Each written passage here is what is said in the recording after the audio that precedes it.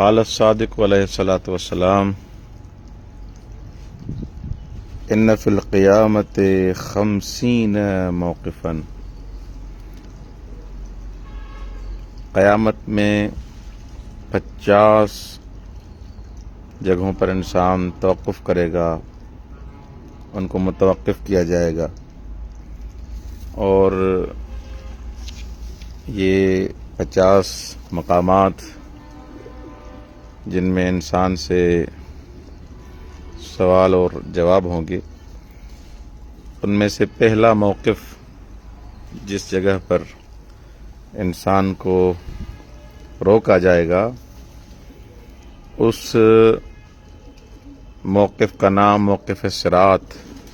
اس جگہ کا نام جگہ صراط ہے۔ رسول خدا صلی اللہ علیہ وآلہ وسلم نے فرمایا، اول ما یسأل عنہ العبد یوم القیامہ الشہادۃ والنبوۃ والموالات علی ابن ابی طالب۔ حضرت نے فرمایا، درواقع یہ جو پہلا موقف ہے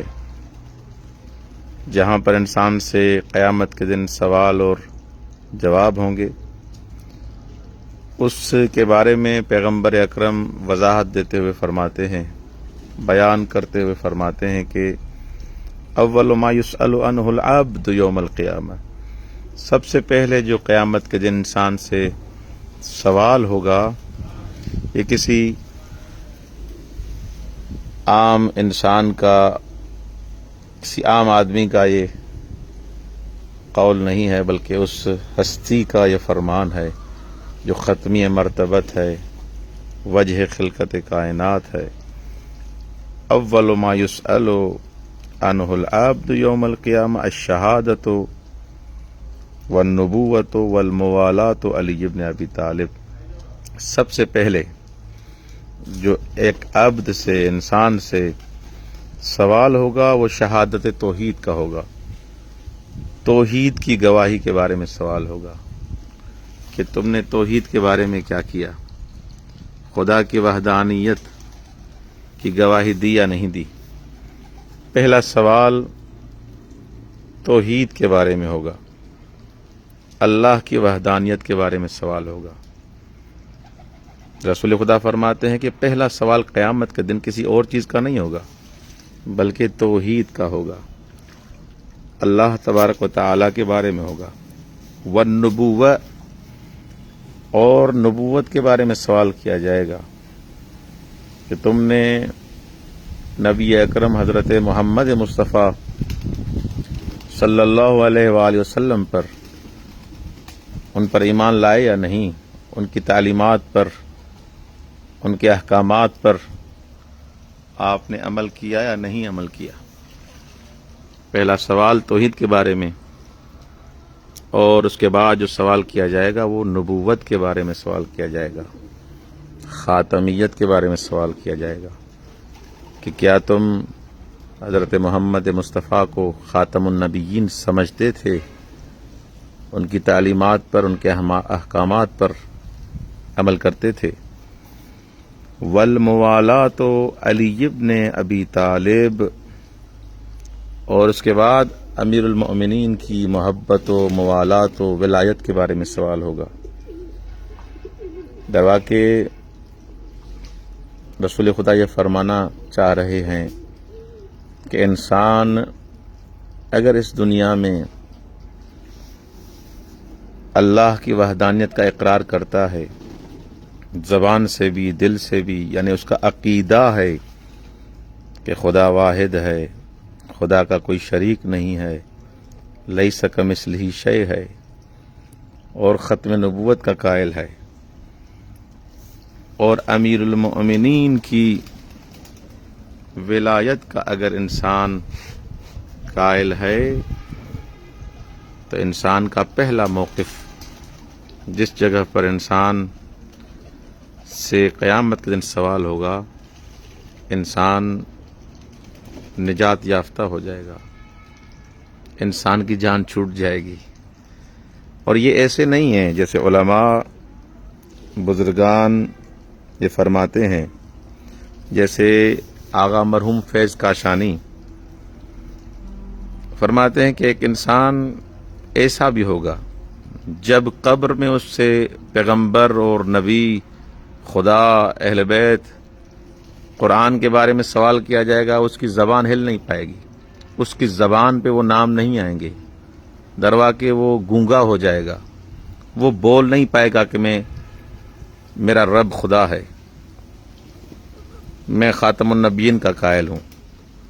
میں امیر المؤمنین کی ولایت کا قائل ہوں، وہ نہیں بول پائے گا۔ سبب یہ ہے کہ دنیا میں،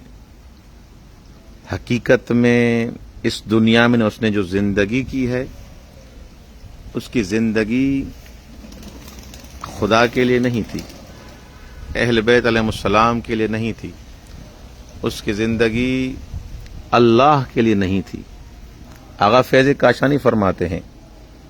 جو انسان اس دنیا میں، اس کائنات میں جو عمل کرتا ہے،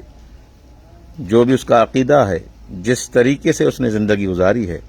قبر میں اور قیامت میں وہی اعمال ظاہر ہوں گے۔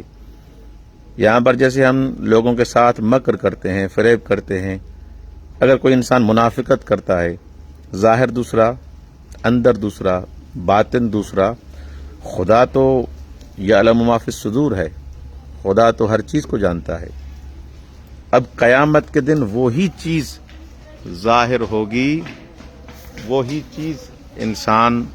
وہاں دیکھے گا، اس کی زبان پر آئے گی جو یہاں پر وہ کرے گا۔ اگر یہاں پر اس کا عقیدہ خدا کی وحدانیت کے بارے میں ہے، اللہ کو لا شریک لہو اگر مانتا ہے، امیر المؤمنین کی ولایت کو اگر مانتا ہے، تو قبر میں بھی اس کی زبان بولے گی، حشر میں بھی اس کی زبان بولے گی۔ لیکن اگر اس کی ظاہری حساب سے یہاں پر وہ مسلمان لقلقہ زبانی والا تھا، فقط زبان پہ وہ توحید، زبان پہ نبوت، زبان پہ ولایت اہل بیت، اندر میں اور عقیدے کے حساب سے اس کے باطن میں وہ چیز راسخ نہیں ہو پائی تھی، حقیقی معنی میں ان کا پیروکار نہیں تھا، اس کے لیے آغا فیض کاشانی فرماتے ہیں، اس کی زبان قبر میں اور حشر میں گونگی ہو جائے گی، یہ انسان گونگا ہو جائے گا۔ سوال کریں گے من ربک، جواب نہیں دے پائے گا۔ سوال کریں گے من نبیک، تمہارا نبی کون ہے، یہاں کتنی آسانی سے انسان جواب دے دیتا ہے، کتنے سہولت سے، بغیر ہچکچاہٹ کے کسی سے پوچھو لا الہ الا اللہ پڑھ لے گا، محمد رسول اللہ پڑھ لے گا، علی ولی اللہ پڑھ لے گا۔ لیکن آغا فیض کاشانی نے ایک عظیم بات یہاں پر ارشاد فرمائی ہے، آیت اللہ جوادی عاملی بھی فرماتے ہیں کہ قبر میں وہی چیز انسان کی زبان پر آئے گی جس کا اس دنیا میں اس کا راسخ عقیدہ ہوگا، صحیح معنی میں اس چیز پر عمل کرتا ہوگا، صحیح معنی میں اس نے خدا کو خدا مانا ہوگا، مشرک نہیں ہوگا، خاتم النبیین کی نبوت اور خاتمیت کا قائل ہوگا، وہی دروا کے اہل بیت علیہ السلام کی ولایت کا اگر اس نے دنیا میں عقیدہ نہیں رکھا، یہ انسان کبھی بھی قبر میں اس کی زبان نہیں بولے گی۔ اگر اس سے کہا جائے گا من امامک، من کتابک، ما کتابک، وہ جواب نہیں دے پائے گا۔ کیوں؟ آغا فیض کاشانی فرماتے ہیں اس کے جو عقیدے، اس کی جو عمل تھے یہاں پر، اس کی مطابقت نہیں ہو پائے گی۔ دنیا میں یہاں لوگوں سے مکر کر سکتے ہیں کہ میں بڑا مومن ہوں، دنیا میں میں بہت کچھ کر سکتا ہوں، آغا علی حیدر علیکم السلام ورحمۃ اللہ، دنیا میں ہم دھوکہ کر سکتے ہیں لوگوں کے ساتھ کہ میں بڑا مومن ہوں، بڑا مسلمان ہوں، لیکن خدا کے ساتھ دھوکہ نہیں ہوگا۔ یوم تبلی السرائر، قیامت کا ایک نام یہ ہے کہ وہ دن جس دن انسان کے راز کھلیں گے، حقیقتیں آشکار ہوں گی، انسان کا باطن وہاں پر دیکھ سکے گا، انسان اپنے باطن کو دیکھے گا، جو اعمال ہے، انسان کے ہاتھ، پاؤں، زبان، دل انسان کے خلاف بھی گواہی دے سکتا ہے، کیونکہ ان کا مالک خدا ہے۔ یہاں پر تو اختیار ہے انسان کو، ہاتھوں کو، پاؤں کو، زبان کو، آنکھوں کو جہاں استعمال کرے، لیکن جس چیز کے بارے میں استعمال کیا ہے قبر میں اور حشر میں، وہی چیز اس کی زبان پر آئے گی۔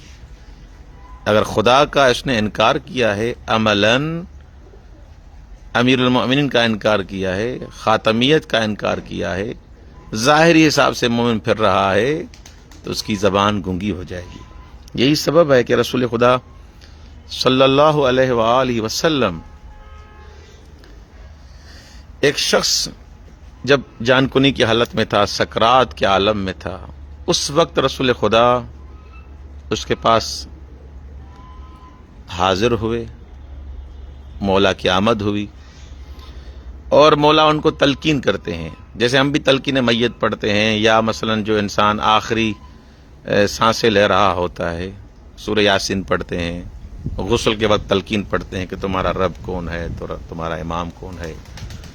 رسول خدا نے اس کی اس حالت میں، سکرات کے عالم میں، اس کو کہا، کہو اشہد ان لا الہ الا اللہ، کہ میں گواہی دیتا ہوں کہ خدا کے علاوہ کوئی بھی معبود نہیں ہے۔ اب وہ نبی اس کو کہہ رہا ہے، خاتم النبیین اس کو تلقین کر رہا ہے کہ کہو اشہد ان لا الہ الا اللہ۔ اس نے کہا لا اقولو، نہیں کہوں گا۔ اس نے انکار کر دیا اس سکرات کے عالم میں، آخری حالت میں اس نے انکار کر دیا کہ میں لا الہ الا اللہ نہیں پڑھوں گا۔ پیغمبر اس کو تلقین کر رہے ہیں، لیکن یہ انکار کر رہا ہے۔ پیغمبر اس کو کہہ رہے ہیں کہ اشہد ان لا الہ الا اللہ پڑھو، یہ انکار کر رہا ہے کہ نہیں پڑھوں گا۔ تو رسول خدا نے اس کی جو بیوی وہاں پر موجود تھی اس سے پوچھا کہ جو تمہارا شوہر تھا، اس کی زندگی میں کون سا ایسا عمل تھا جس کی وجہ سے اس کی زبان پر ابھی کلمہ لا الہ الا اللہ جاری نہیں ہو رہا؟ یہ انکار کر رہا ہے کہ اشہد ان لا الہ الا اللہ نہیں پڑھوں گا،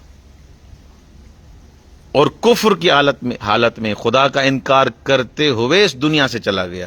یہ کون سا عمل تھا؟ اس کی بیوی سے رسول خدا سوال کر رہے ہیں، پوچھ رہے ہیں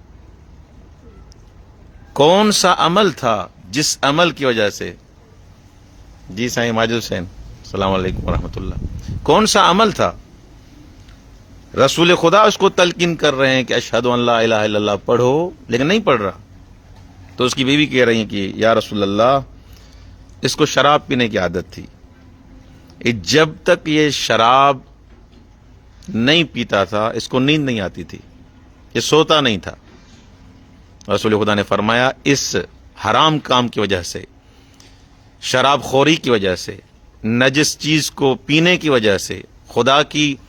نافرمانی کی وجہ سے، یہ کفر کی حالت میں اس دنیا سے چلا گیا۔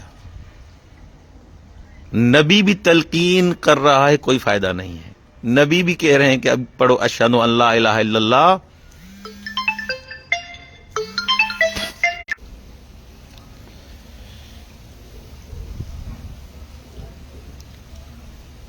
مرحوم محدث قمی ایک بزرگوار عالم دین ہے، ان کی کتاب ہے منازل الآخرہ،